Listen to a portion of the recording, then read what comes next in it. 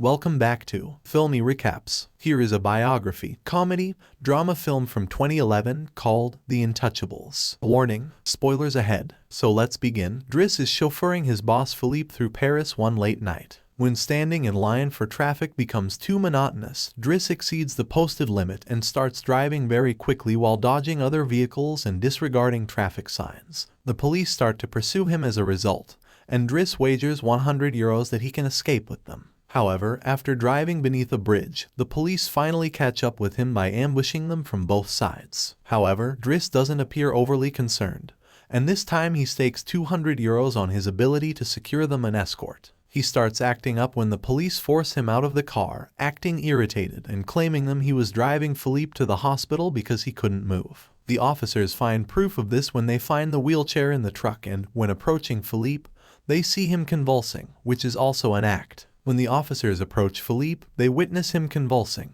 which is also an act, and they also discover the wheelchair inside the truck as evidence. The police accuse Driss for exceeding the speed limit because it was an emergency, and offer to accompany him to the hospital. Driss plays September by Earth, Wind and Fire to celebrate winning the wager, and as soon as the police have left and they are at their destination, he shares a cigarette with Philippe. Before the hospital staff could locate them, Driss makes a promise that he will handle the situation and drives them away. This friendship has been going on for a while. To find a new caregiver for him, Philippe and his helper Magali are holding interviews. However, it is not going well because all of the applicants have very standard or awkward responses to their interview questions. But they're taken aback when Driss storms in, ignoring the fact that it's not yet his turn, because he just wants some papers signed saying they won't hire him so he can collect unemployment benefits. He's blunt and a little rude, even hitting on Magali.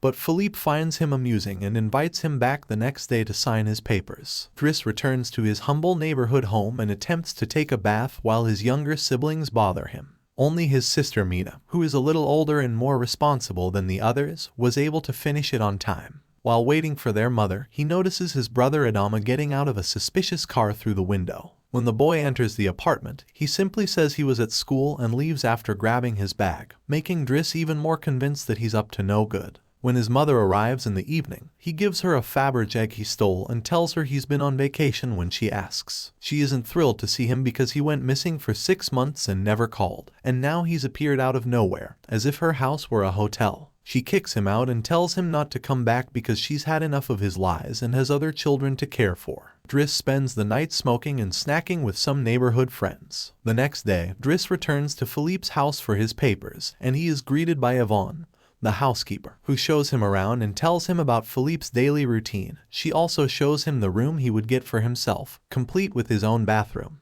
Before being dragged to see Philippe, Driss can't stop staring at the bathtub, who not only provides a signed sheet of paper, but also a job opportunity. Philippe bets Driss won't last 2 weeks if he accepts the 1-month trial. Driss is taught how to care for Philippe after bringing his belongings to his room. He must learn how to keep his legs stimulated, how to transfer him to a wheelchair, and how to assist him in showering and changing his clothes. Things become awkward when Driss discovers that he must put on high stockings and even clean his buttocks after Philippe uses the restroom. But no matter how much he complains and says he will not do those chores, he eventually accepts them as part of his job. Later that evening, while he's enjoying a snack on the roof, he's interrupted by Philippe's daughter Alyssa and her boyfriend Bastien, who are looking for a private place to make out, and he kicks them both out after refusing to share his beer. Driss quickly gets used to the daily routine with Philippe, even if at first he does make some mistakes he learns from, like handing the phone to Philippe instead of putting it on his ear or forgetting the baby monitor while having a bath. He also learns to organize his mail in different folders, most of the letters he opens for Philippe, but there's a series of private ones he isn't allowed to look at.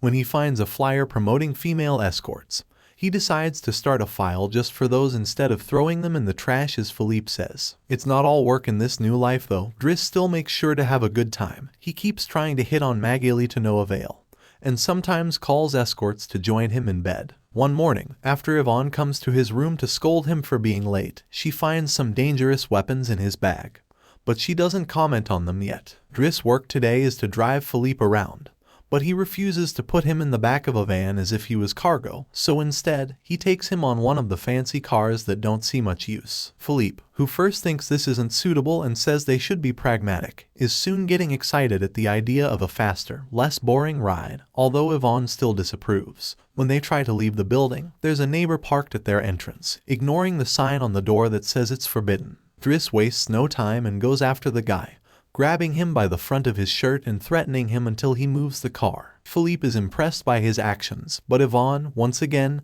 disapproves. The pair goes to a museum, where Philippe is planning to buy a piece of artwork that Driss considers not worth the money because it's just a red blotch on the canvas. Afterward, Philippe meets with a relative of his, who tells him everyone is worried about Driss since he can be violent. He's also discovered he has a criminal record, but Philippe doesn't care. He appreciates Driss because he doesn't pity him and doesn't mind joking around with him. After another failed attempt at hitting on Magali, Driss has dinner with Yvonne in the kitchen while listening to Philippe dictate a letter to Magali. Claiming it's a private conversation, Yvonne turns off the baby monitor and proceeds to explain what's going on. Philippe is pen pals with a woman called Eleanor. Those are the letters he didn't let Driss open. But he's never met Eleanor in person.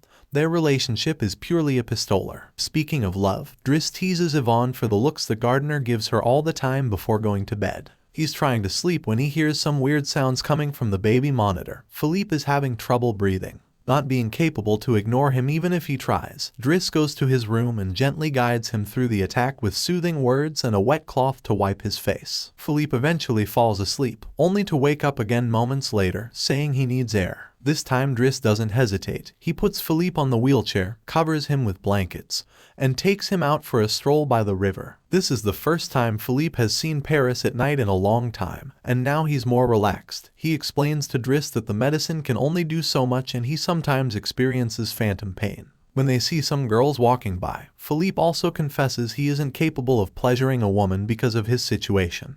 But he still can enjoy some satisfaction when he gets his ears massaged because they are sensitive zones. When the phantom pain threatens to appear again, Driss shares one of his joints with Philippe, who is skeptical at first but ends up loving it. Afterward, they go to a restaurant where they joke around while sharing a meal, and Philippe decides to share more of his story. He met his wife when they were students, and shortly after they got married, she had 5 miscarriages and was diagnosed with an incurable, terminal illness. That's when they adopted Alyssa. Philippe has always loved competitions, extreme sports, and speed, and a paraglider gave him that. It was during a paragliding session that bad weather caused him to crash and break his vertebrae, although he still thinks his real handicap isn't the chair, but living without his wife. After joking around some more, Philippe remembers the date and realizes Driss has passed his 1-month trial, so he's now officially hired. But he needs to start by bringing back the Fabergé egg he stole because it was a gift from his wife. She would give him one every year, and he has exactly 25, matching their time together. The next day, Driss goes to talk to Mina when she's leaving school,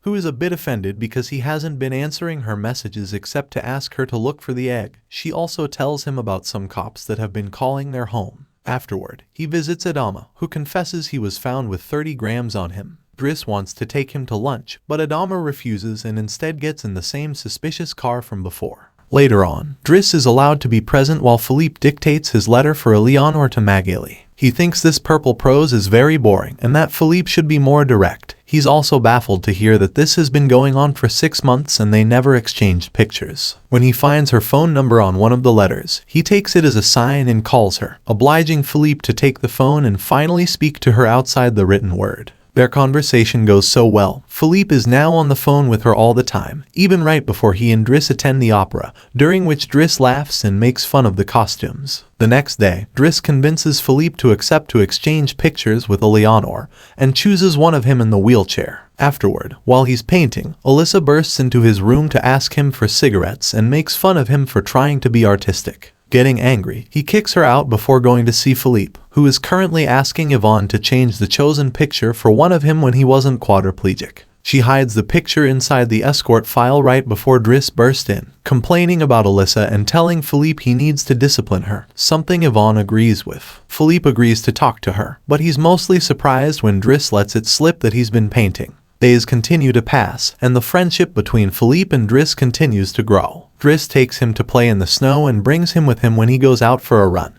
Philippe gets him his first suit and scolds his daughter while Driss listens to him through the baby monitor. When Driss finishes his first painting, he shows it to Magali, who slaps him when he tries to kiss her. Philippe, however, likes the painting and promises he'll try to sell it. The two of them have a great time with each other, enjoying things like getting a faster car, sharing joints, and even hiring escorts together. When Philippe's birthday comes, he isn't very excited about it. Every year, he pretends to be surprised that they're throwing a party and has to meet with all these relatives that only come to see him on the date to check he's still alive. Philippe says it'll all be rather boring. While he and the guests enjoy some live classical music, Driss searches for Alyssa, who is crying in her room after having taken some of Yvonne's pills, which won't kill her as she expected. The reason why she's sad is that Bastien broke up with her and called her a tart, so she asks Driss to talk to the boy, which he accepts to do for a price. Meanwhile, Philippe is showing Driss painting to his relative and manages to convince him to buy it for 11,000 euros. Driss goes back to the dining room and chats with Yvonne,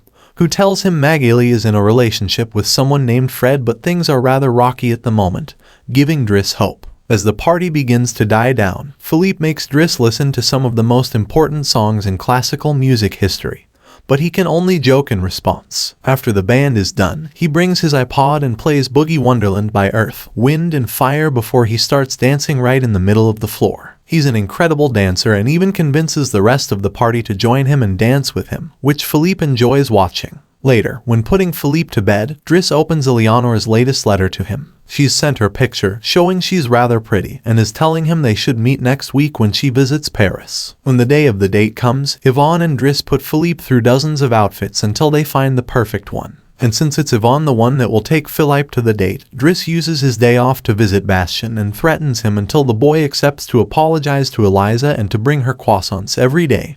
He also asks him to fix his hair. Afterward, he visits his mother at work, but only to watch her from afar. At the restaurant, Yvonne and Philippe are waiting for Eleonore, who is very late. After waiting for an hour, Philippe gives up, calls Driss to ask him to take him away, and then leaves the restaurant without noticing Eleonore is arriving at the same time. That same night, Philippe takes Driss with him in his private plane and gives him the money he got for selling the picture, making him immeasurably happy. They make it to the countryside the next morning, and Philippe decides to go paragliding, dragging Driss with him as well. Driss doesn't want anything to do with it, but after initially freaking out, he ends up enjoying the experience. When they return home, Adama is there waiting for Driss and gets scolded when he sees the scars on his face. Adama will still not tell Driss what's happening in his life though, so Driss makes him wait in his room while he calls Mina to tell her not to worry and goes to put Philippe to bed. Philippe, however, isn't sleepy yet. After making Driss look at a painting with him, he asks him about his family, which Driss at first doesn't want to talk about, but eventually gives in. It turns out Adama technically isn't his brother and his parents aren't actually his parents, they're his aunt and uncle. They fetched him from Senegal when he was 8 because they couldn't have kids, and his real name is Bakary Bassari. But because other kids had that name, they called him Idris, and that became Driss. One day, his aunt miraculously was able to conceive, and after his uncle died, there were other men and more kids as well. In the same way Driss had talked to him about Alyssa, Philippe points out that Adama needs discipline. So he fires Driss so he can be there with his family because he can't spend his whole life taking care of an old man.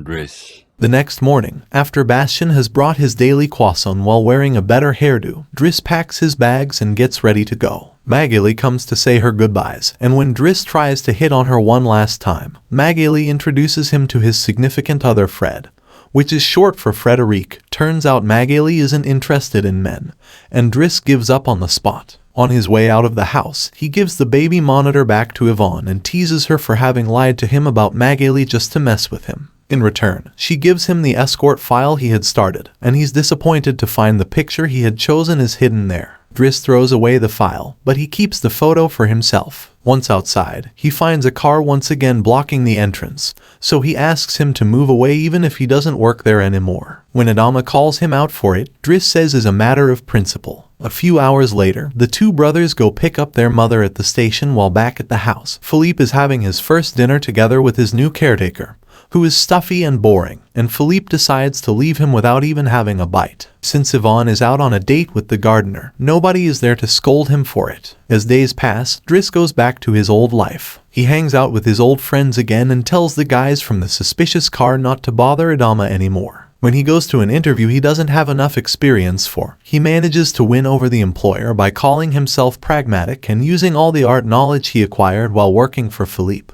This lands him a job as a driver. Philippe continues to dislike his new caretaker and is in a constant bad mood. One night, he refuses anyone in the house to help him with his phantom pain, so Yvonne calls Driss and asks him to come over. That's how they find themselves in the situation from the beginning, with the cops chasing after them first and escorting them to the hospital later. After that little adventure, Driss drives Philippe to the coast, and the sight of the sea helps Philippe calm down. Sometime later, Driss takes care of Philippe's overgrown beard before taking him to a restaurant for lunch.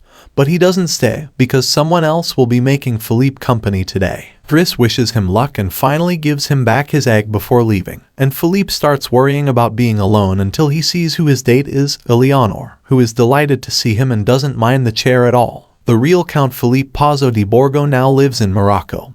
He has remarried and has 2 daughters. The real Driss, actually called Abdel Yasmin Selou, has his own firm and is also married with 3 children. The 2 men continue to be very close friends to this day.